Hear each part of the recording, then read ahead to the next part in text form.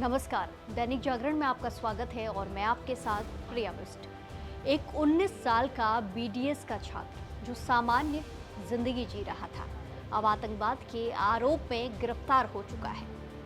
ATS के मुताबिक इस छात्र ने सोशल मीडिया और इंटीग्रेटेड ऐप्स के जरिए देश के कई शहरों में आईएसआईएस से जुड़े नेटवर्क को खड़ा करा था।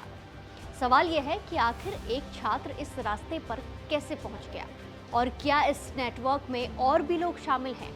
तो मामला क्या है, ये जानते हैं। उत्तर प्रदेश एटीएस ने मुरादाबाद से हारिश अली नाम के 19 साल के एक छात्र को गिरफ्तार किया है। वो बीडीएस की पढ़ाई कर रहा था और मूल रूप से सहारनपुर का रहने वाला है।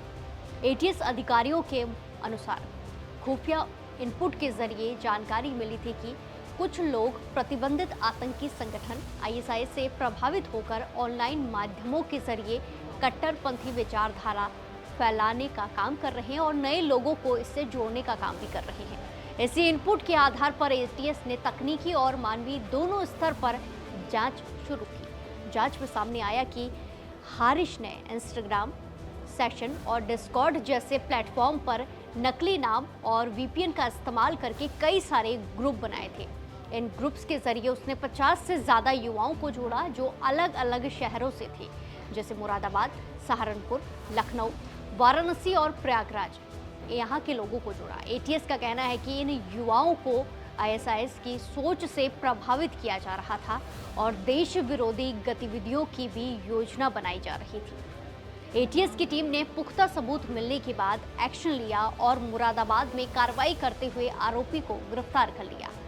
गिरफ्तारी के दौरान उसके कब्जे से मोबाइल फोन, सिम कार्ड और अन्य इलेक्ट्रॉनिक डिवाइसें बरामद की गई हैं। इन सभी डिजिटल उपकरणों को अब फॉरेंसिक जांच के लिए भेजा गया है ताकि ये पता लगाया जा सके कि इस नेटवर्क से और कौन कौन लोग जुड़े हैं और कितने लोग जुड़े हैं।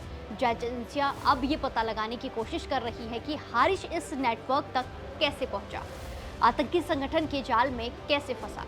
शुरुआती जानकारी के अनुसार दिल्ली ब्लास्ट मामले में गिरफ्तार डॉक्टर आदिल अहमद का कनेक्शन सामने आ रहा है। उससे भी तार जोड़ रहे हैं जो हारिश के घर के पास ही रहता था। डॉक्टर आदिल को दिल्ली विस्फोट मामले में एजेंसियों ने पिछले साल नवंबर में सहारनपुर से गिरफ्तार किया था। शक है कि उसी के जरिए हारिश इस नेटवर्क में शामिल हुआ। अब एटीएस कोर्ट से रिमांड मांगने की तैयारी में है ताकि हारिश से पूछताछ की जा सके और इस पूरे नेटवर्क का खुलासा किया जा सके। एटीएस ने आरोपी के खिलाफ गैर कानूनी गतिविधियां रोकथाम अधिनियम यूएपीए के तहत मामला भी दर्ज कर लिया है। अधिकारियों का कहना है कि मामले की गंभीरता को देखते हुए जांच को और आगे बढ़ाया जा रहा है और ये भी पता लगाया जा रहा है कि आरोपी के अंतर्राष्ट्रीय या फिर अन्य राज्यों के किसी नेटवर्क से संबंध है या फिर नहीं। वहीं एटीएस के इस ऑपरेशन को ऑनलाइन कट्टरपंथ और आतंकी प्रचार के खिलाफ बड़ी कार्रवाई माना जा रहा है, एक्शन के तौर पर देखा जा रहा है। सुरक्षा एजेंसियां लगातार सोशल मीडिया और डिजिटल प्लेटफॉर्म पर नजर रख रही है ताकि देश में आतंकवादी विचारधारा के प्रचार को रोका जा सके। सुरक्षा एजेंसियों के रडार पर इस समय आधा दर्जन से अधिक संदिग्ध हैं जो इस नेटवर्क का हिस्सा बताए जा रहे हैं और इसको लेकर जांच भी चल रही है। एटीएस अब इन सभी संदिग्धों की गतिविधियों पर नजर रख रही है और लगातार छापेमारी कर रही है और इन्हें पकड़ रही है। इस नेटवर्क को पूरी तरह खत्म करने की कोशिश चल रही है। यूपी एटीएस अब हारिश अली को पुलिस कस्टडी रिमांड पर लेकर पूछताछ करेगी। एजेंसियों को उम्मीद है कि पूछताछ में कई और बड़े खुलासे हो सकते हैं और कई जगह इसके तार जुड़ सकते हैं। खासकर विदेशी हैंडलर्स, फंडिंग नेटवर्क और अन्य सहयोगियों के बारे में भी जानकारी मिल सकती है। इसके अलावा ये भी पता लगाया जा सकता है कि उसने अब तक कितने युवाओं को अपने नेटवर्क में शामिल किया है, कितने युवाओं को अपनी तरफ खींचा है। एटीएस का फोकस पूरे मॉड्यूल को जड़ से खत्म करने का है। आने वाले दिनों में इस मामले में और भी गिरफ्तारियां हो सकती हैं। तो आपने देखा कि एक छात्र एक आतंकवादी संगठन से जुड़ता हुआ नजर आ रहा है, जिसके बाद कई सारे सवाल खड़े होते हैं। अब ये आरोप है कि ये सोशल मीडिया और ऐप्स से युवाओं को गलत रास्ते पर ले जाया जा रहा था और क्या समय रहते ऐसे नेटवर्क को रोका जा सकता है, ये भी सवाल है।